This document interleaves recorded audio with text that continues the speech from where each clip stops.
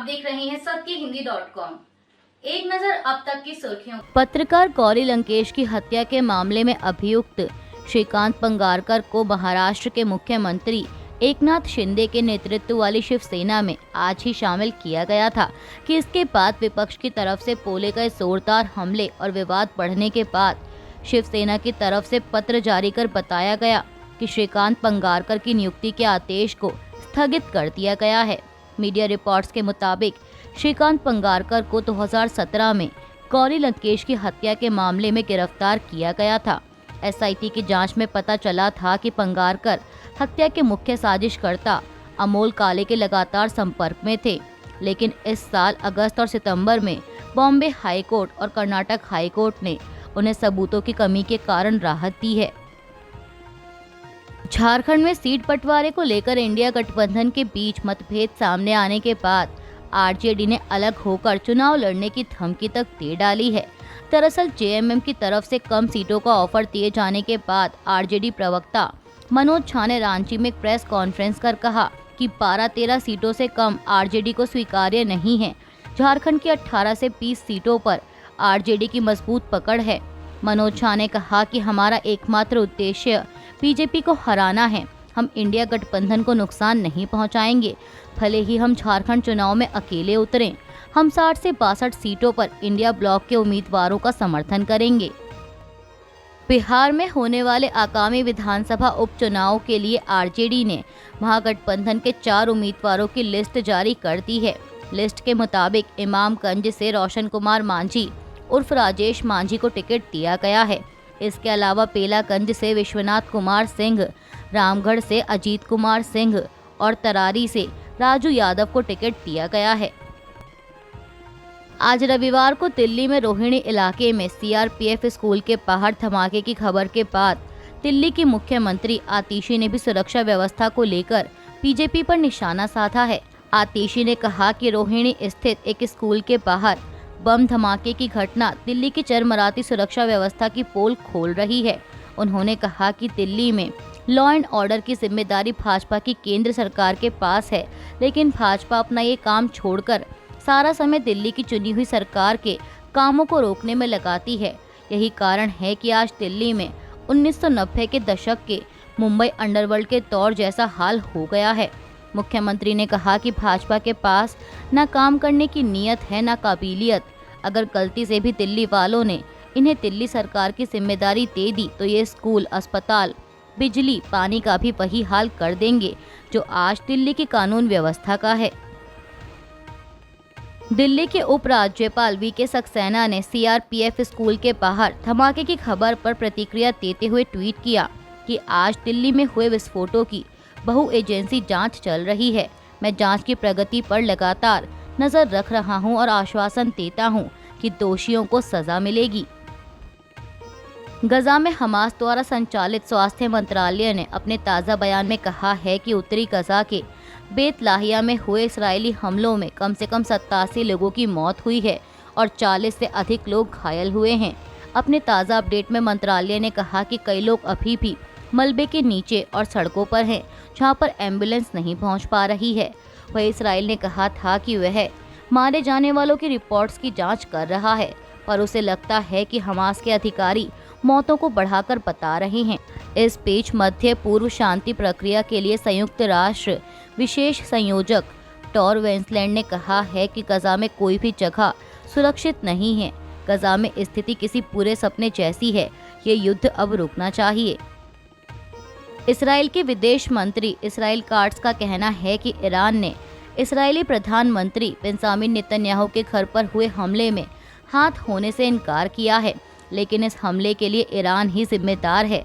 Israel के विदेश मंत्री ने इस बारे में एक्स पर एक पोस्ट भी किया, जिसमें उन्होंने लिखा कि संयुक्त राष्ट्र में ईरानी दूतावास ने शनिवार को इसराइली प्रधानमंत्री बेंजामिन नेतन्याहू की हत्या की कोशिश की जिम्मेदारी लेने से इनकार कर दिया और दूतावास ने इसके पीछे हिजबुल्लाह का हाथ होने का दावा किया। इसराइली विदेश मंत्री ने ईरान पर आरोप लगाते हुए कहा कि हिजबुल्लाह तो केवल एक मोहरा है जिसे ईरान ने बनाया, पैसे दिए, हथियार दिए, ट्रेनिंग दी और अपने काम करवाने के लिए उसका इस्तेमाल किया।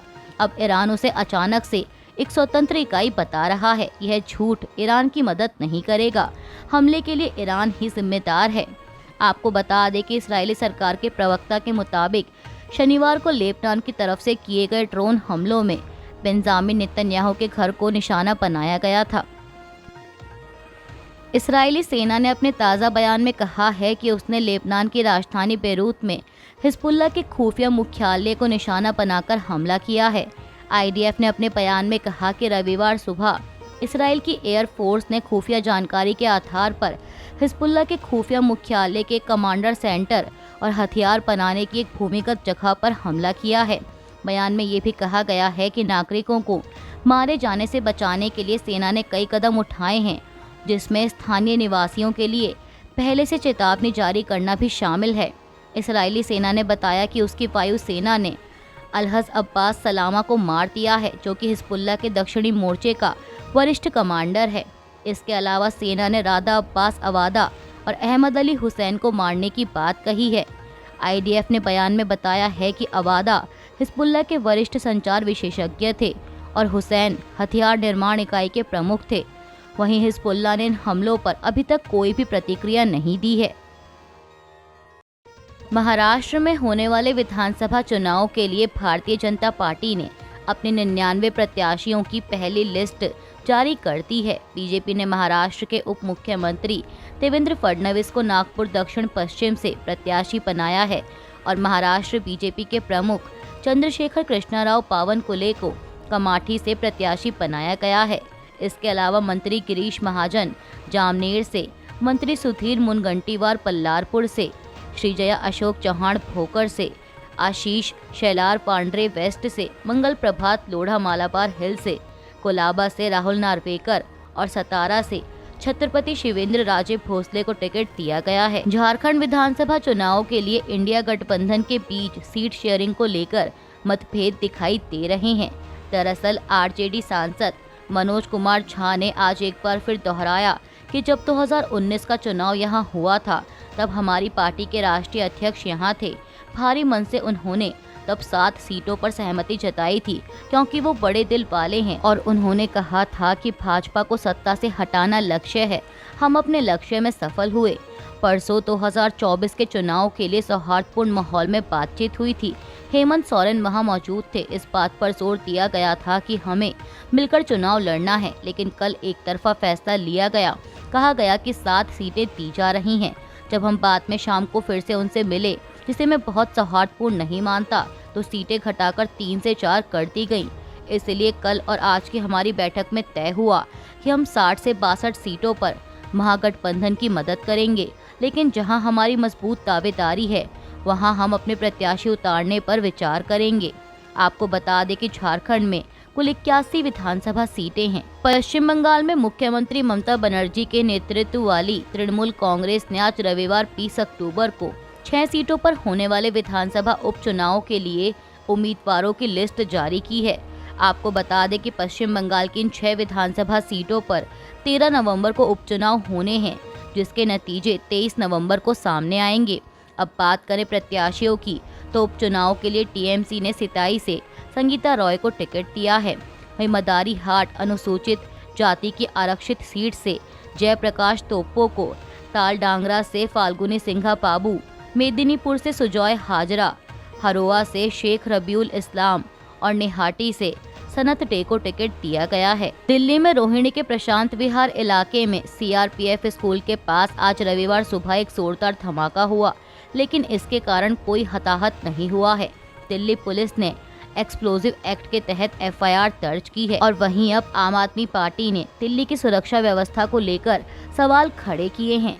आप नेता मनीष सिसोदिया ने कहा कि दिल्ली में आज सुबह स्कूल के पास धमाका होना यह दिखाता है कि केंद्र सरकार को दिल्ली के लॉ एंड ऑर्डर की कोई चिंता नहीं है। दिल्ली वालों की कोई चिंता नहीं है। इस धमाके से स्कूल की दीवार गिर गई और मैं शुक्रगुजार हूँ भगवान का। आज छुट्टी का दिन था। अगर स्कूल खुला होता तो क्या होता। आप नेता ने कहा कि यह आज का ही मामला नहीं है। कल भी वेलकम इलाके में 60 राउंड फायरिंग हुई है। पिछले 10 दिनों में किसी इलाके में किसी को धमकी दी जा रही है, कहीं गोलियां चलाई जा रही हैं। नारायणा में गोलीबारी हुई, महिपालपुर में वसूली के लिए पैसे मांगे गए। ये चल क्या रहा है दिल्ली में? दिल्ली के लॉ एंड ऑर्डर की जिम्मेदारी बीजेपी के पास है। आप अपना काम कीजिए वरना इस्तीफा दे दीजिए। शिवसेना यूबीटी नेता संजय राउत ने मुंबई में एक प्रेस कॉन्फ्रेंस के दौरान कहा कि महाराष्ट्र और झारखंड में मतदाता सूची में हेराफेरी हो रही है और हरियाणा में भी इसके प्रयास किए गए थे। महाराष्ट्र में भाजपा चुनाव हारने वाली है, इसीलिए वे चुनाव आयोग की मदद से मतदाता सूची में धोखाधड़ी कर रहे हैं। हर निर्वाचन क्षेत्र में जहां भाजपा चुनाव लड़ रही है, वे लोकसभा में एमवीए को वोट देने वाले 10,000 मतदाताओं को हटाकर उनकी जगह 10,000 फर्जी मतदाताओं को डाल रहे हैं ताकि हमारी जीत की संभावना कम हो सके। हम इस मुद्दे को न केवल घरेलू स्तर पर बल्कि अंतर्राष्ट्रीय मंचों पर भी उठाएंगे, जिसमें दिखाया जाएगा कि कैसे लोकतंत्र को नष्ट किया जा रहा है। चुनाव आयोग गृह मंत्रालय के अंतर्गत आता है और अमित शाह जी इस सब के लिए जिम्मेदार हैं।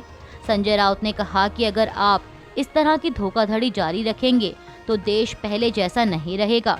आपको बता दें कि इससे पहले महाराष्ट्र कांग्रेस के अध्यक्ष नाना पटोले ने भी इस मुद्दे को उठाया था और कहा था कि महाविकास अघाड़ी के सभी नेताओं के हस्ताक्षर करके हम एक रिपोर्ट चुनाव आयोग को भेजने वाले हैं। उत्तर प्रदेश के मुजफ्फरनगर जिले के बुढ़ाना कस्बे में शनिवार रात को फेसबुक पर की गई आपत्तिजनक टिप्पणी के बाद इलाके में तनाव फैल गया था।